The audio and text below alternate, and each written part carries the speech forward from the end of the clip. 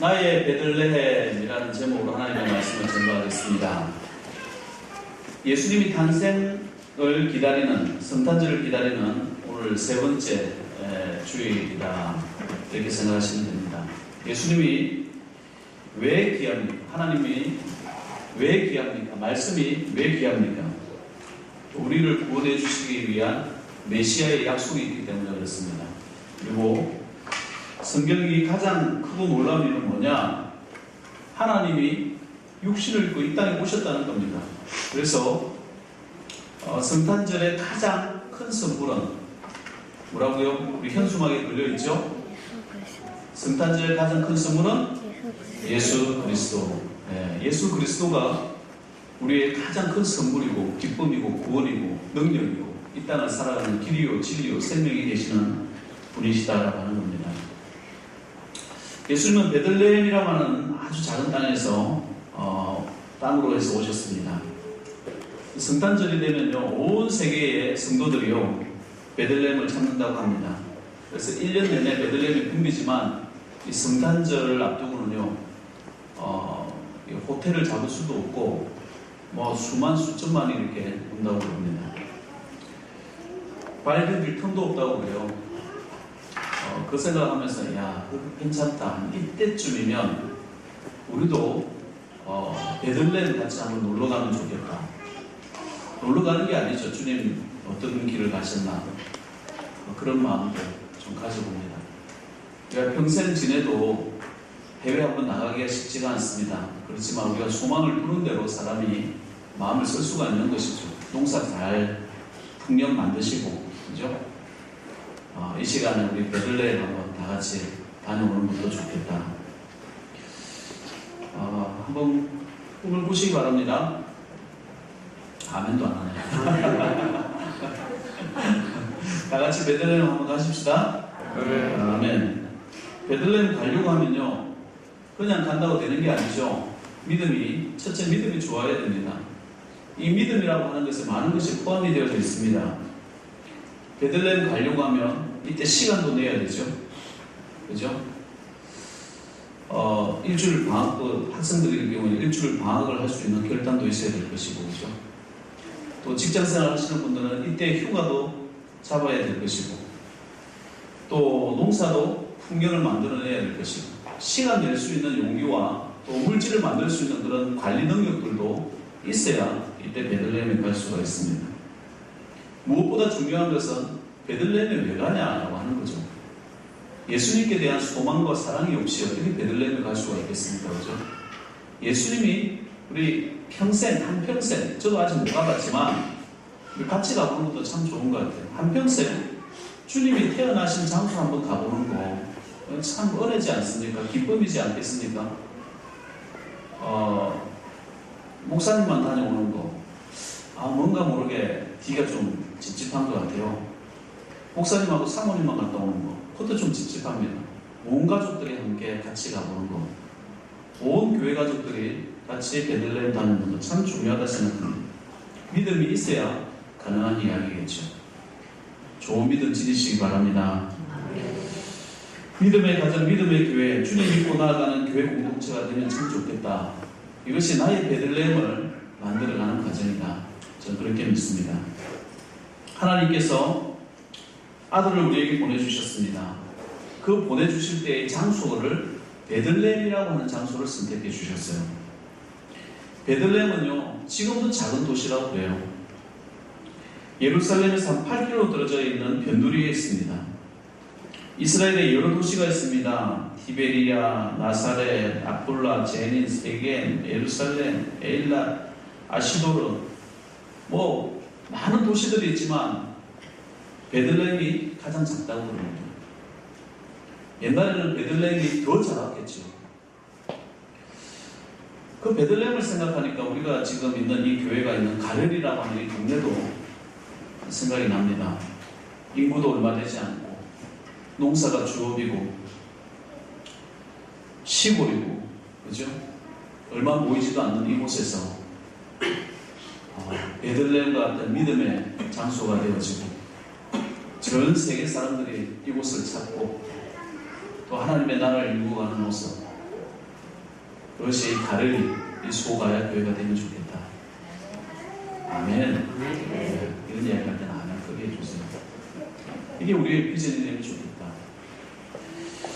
믿음의 마을에 대한 소망을 가지면 이곳이 나의 베들레헴이 되는 것이고 성지가 되어지는 것이다. 왜 베들레헴에 예수님께서 오셨는가? 베들레헴이 너무나 작은 곳이기 때문에 겸손하기 위해서 오셨다. 이런 말씀도 있지만 베들레헴이라고 하는 도시를 이렇게 살펴보니까요, 베들레헴이라고 하는 도시가 보통 도시가 아닌 거예요. 믿음의 조상들의 행보가 있었던 도시가 이 베들레헴이었다는 거예요. 베들레헴 에브라다야, 너는 유다 족속 중에 작을지라도 이스라엘을 다스릴 자가 내게서 내게로 나올 것이다. 에브라다라고 하는 이름은요, 베들레헴 에브라다라고 하는 이름은 유다 지파에 속한, 다 알죠? 유다 지파의 갈렙이라고 하는 족장이 있었습니다. 이 갈렙의 부인이 에브라다였어요. 갈렙의 부인이 에브라다였는데 부인의 믿음에 대한 이야기는 나오진 않지만 성경은 갈렙의 믿음에 대한 이야기가 나와요. 많은 사람들이 광야 생활하면서 고생하고 있을 때, 불평불만 원망하고 있을 때, 그죠? 불평불만 원망하고 있을 때 갈렙과 여호수아만이 그 믿음을 보여주는 거예요. 그 갈렙의 와이프가 에브라다라니까. 우리 아무래도 교회는 남자보다 여성분들이 많잖아요. 남편의 믿음을 위해서 기도하시기 바랍니다. 그러면 부인도 덩달아 그 이름이 높아지더라는 거예요. 여성의 기도를 통해서 교회가 세워지고요, 남자의 믿음을 통해서 교회가 승리해 나가고 하나님께서 그 베들레헴을 택했다라고 합니다. 여호수아, 또 믿음의 종, 갈렙의 친구죠.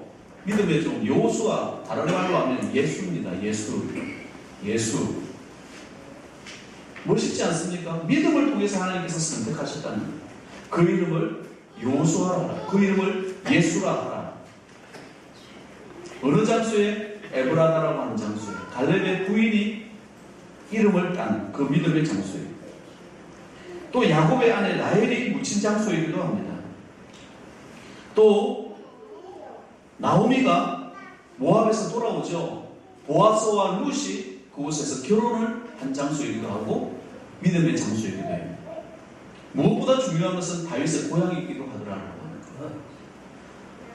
왕가의 고향이 바로 베들레헴이었고 다스리는 장소가 베들레헴이었다. 자, 여기까지 생각해보면 우리 가르리에서 내가 믿음이 좋다라고 한다면, 믿음에 여러분이 조상이 되어진다고 한다면 여기서 대통령 안 나온다는 보장이 됐어요. 그죠? 대통령 나오겠죠. 정치가 나오겠죠. 다스리는 자도 나올 수 있다는 거예요. 꿈을 가지라는 거예요. 꿈을 가지라는 거예요.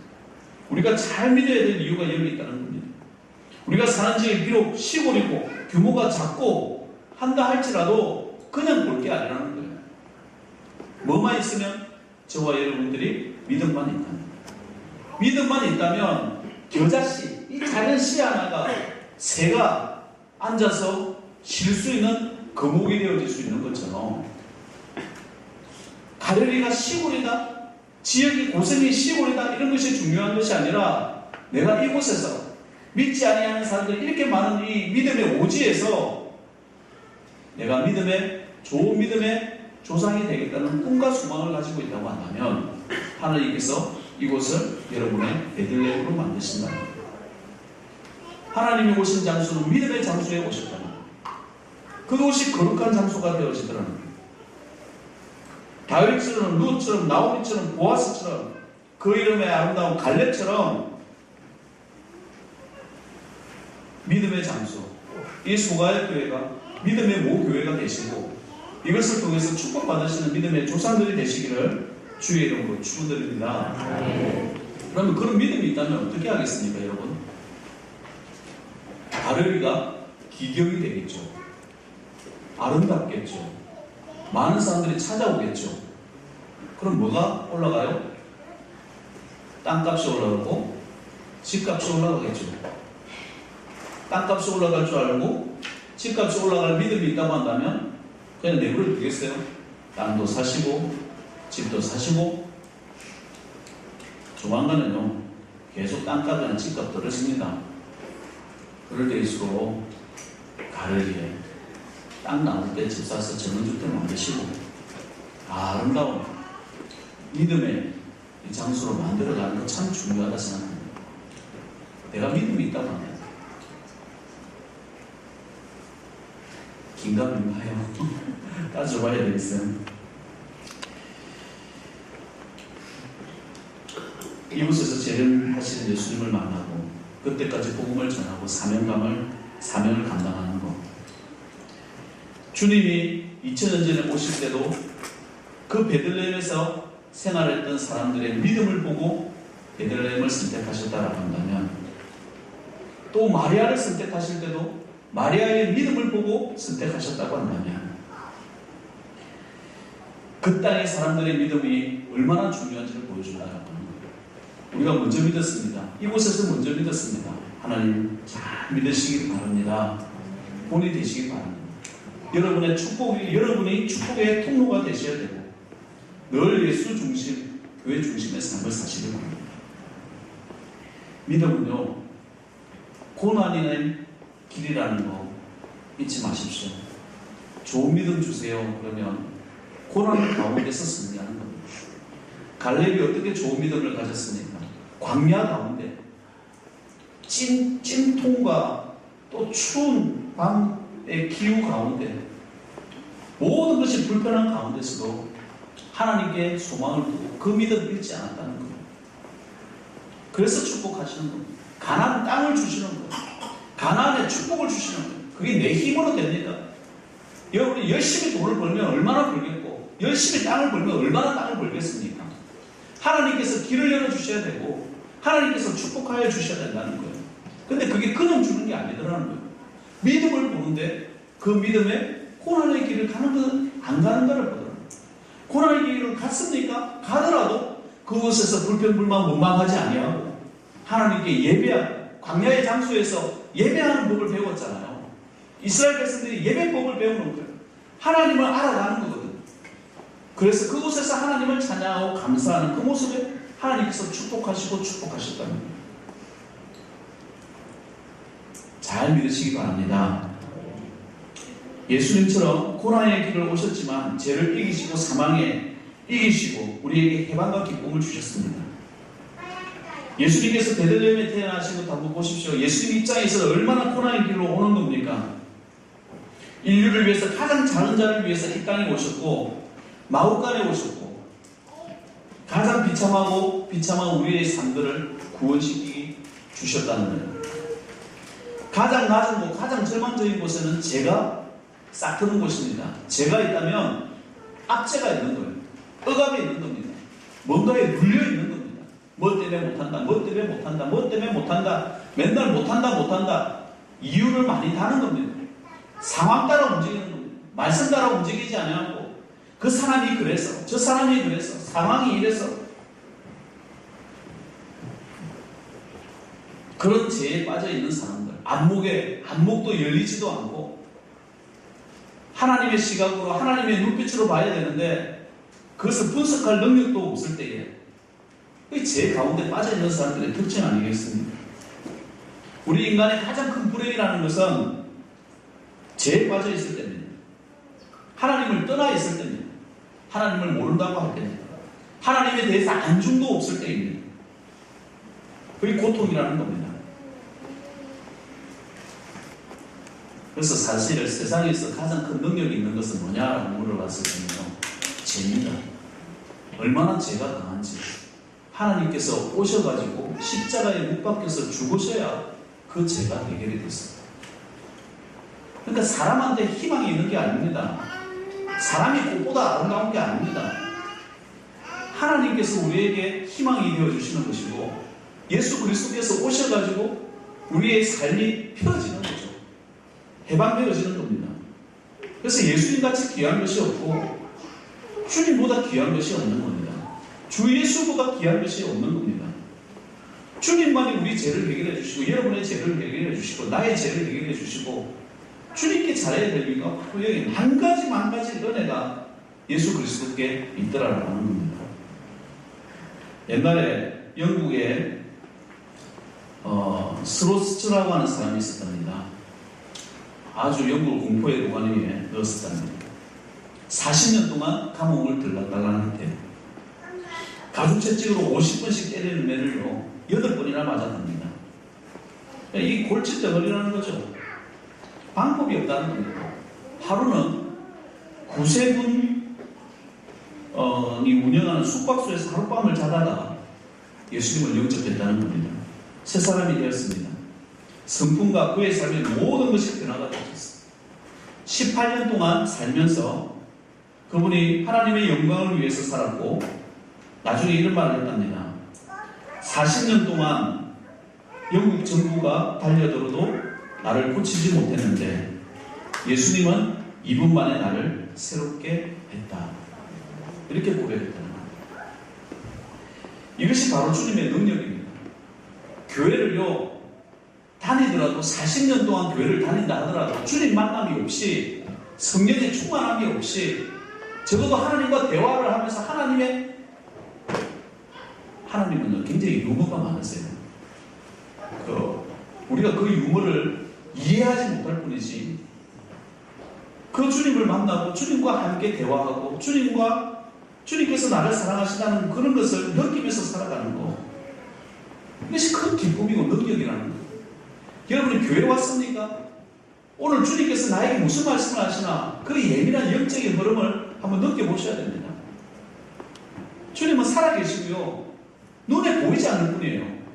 주님께서 음성으로 말씀하시기도 하고 그림으로도 말씀하시기도 하고 상황으로도 말씀하시기도 하고 뭐 희한한 방법으로도 말씀하셔요. 꿈으로도 말씀하시는데 우리가 해석을 엉뚱하게 하는 사람들도 많죠. 하나님의 유머는 너무너무 대단하세요. 너무너무 웃깁니다. 그런 거예요. 남자가 혼자 지내는 게 에덴 동산에서 굉장히 지저분했던 모양이에요.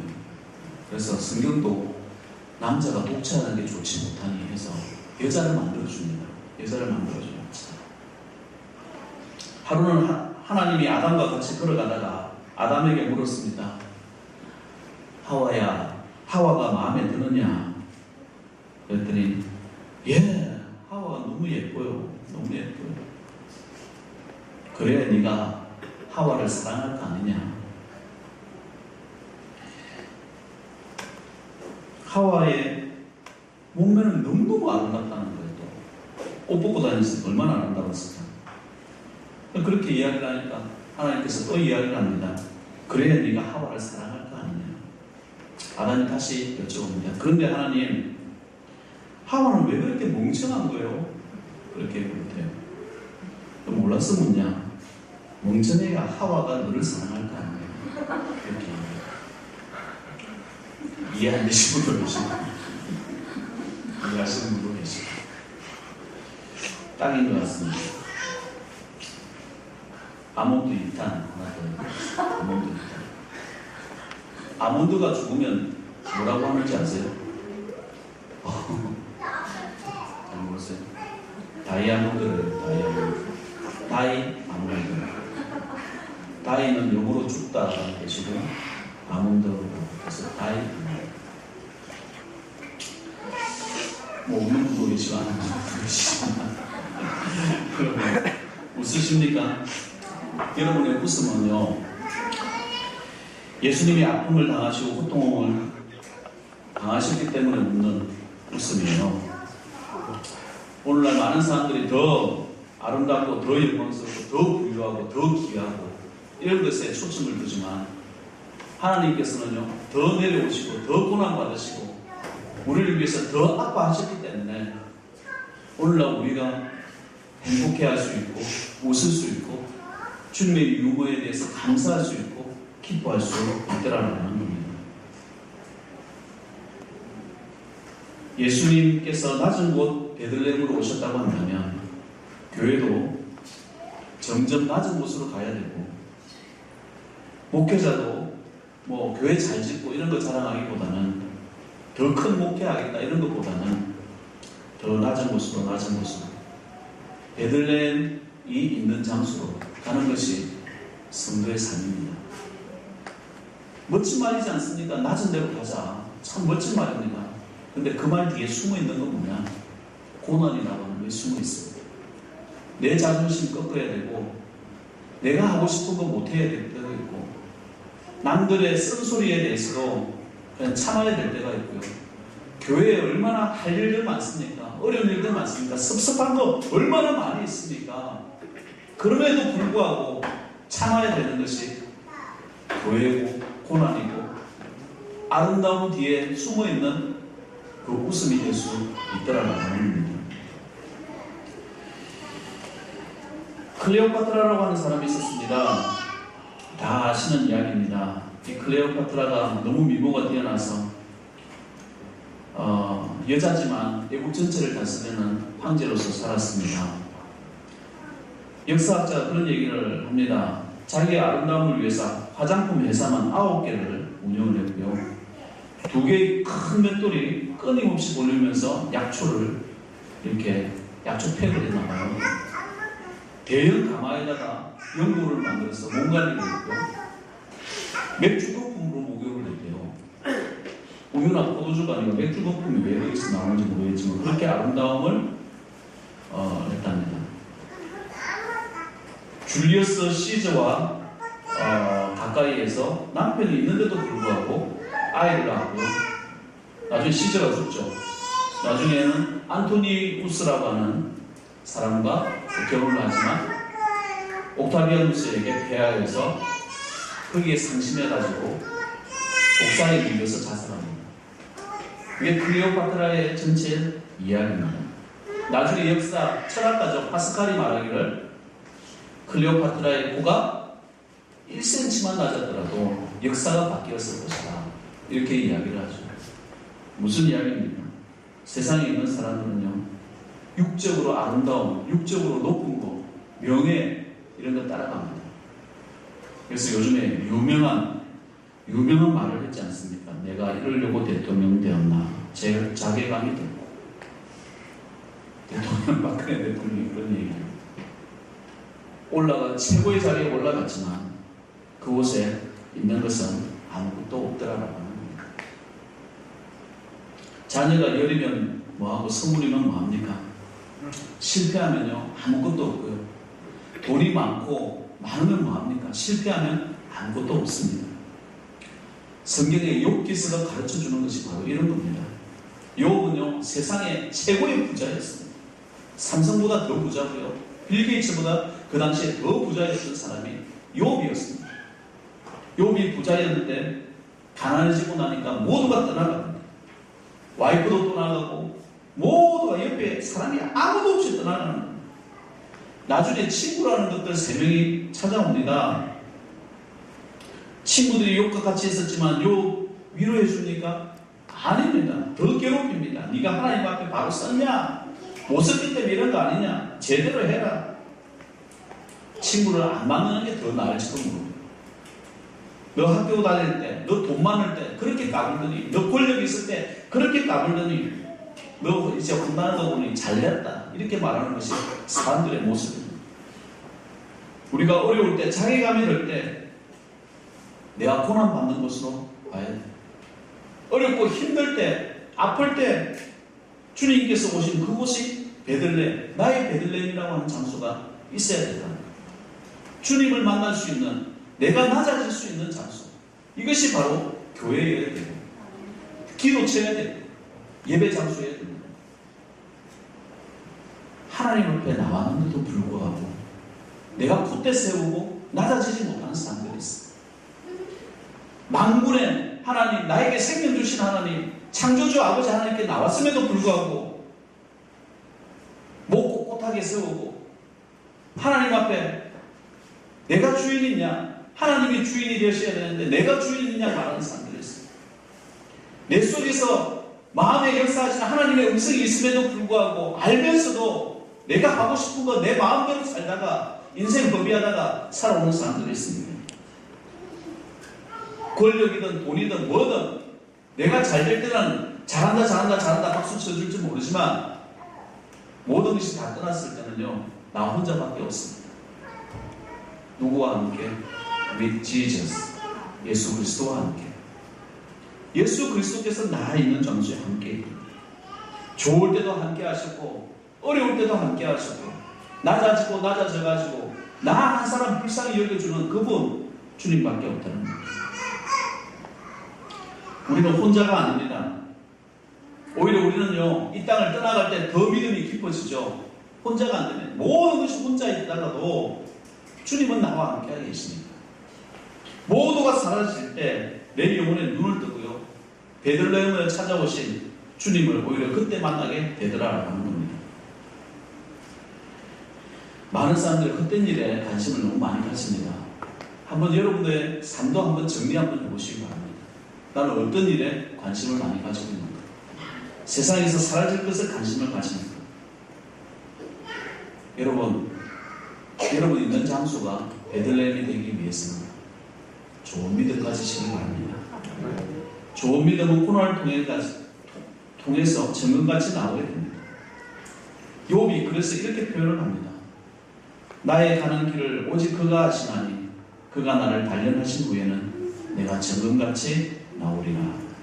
그 고난 가운데서 나오는 주님께서 나를 정금같이 단련하시는데 몸도 질병으로 헤아려지고 모든 것 다 자식들도 다 잃고 아내도 도망가고 아무것도 없지만 하나님께서 나를 단련시키고 난 다음에 정금같이 축복하시는 거예요.